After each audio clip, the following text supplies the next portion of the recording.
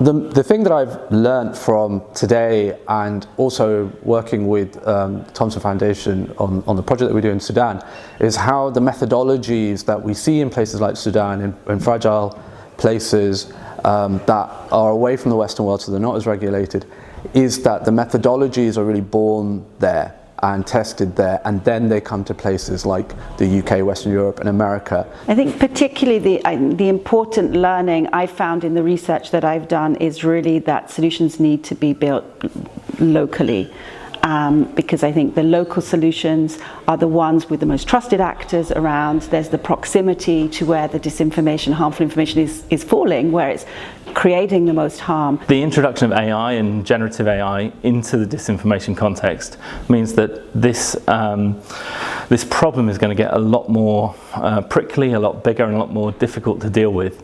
Some really interesting conversations about how much are we focusing on the symptoms, on like countering the disinformation, and how much should we be doing on more of the vaccination, if you will, like getting people aware of what's coming at them, critical thinking around what they're seeing and how to respond when they do that. My question for the room was around, media literacy. It's always, kind of touted as the kind of, gold standard intervention, but there isn't as much consensus around its effectiveness.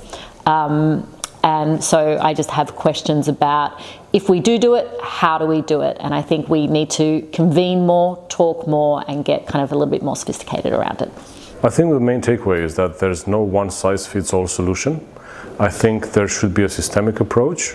And I'll just emphasize what I said inside. We need to educate our politicians to better understand the environment in which we are functioning as the media, so that they will be able to make better decisions for the media and for the societies. Ultimately, it all comes down to that, to regulation and to support which we can foster from all of the environment, from all of our stakeholders. A wider theme I've been thinking about from across the conference over the last couple of days, which is about a much more proactive approach needed more broadly. We had it from Sadiq Khan last night.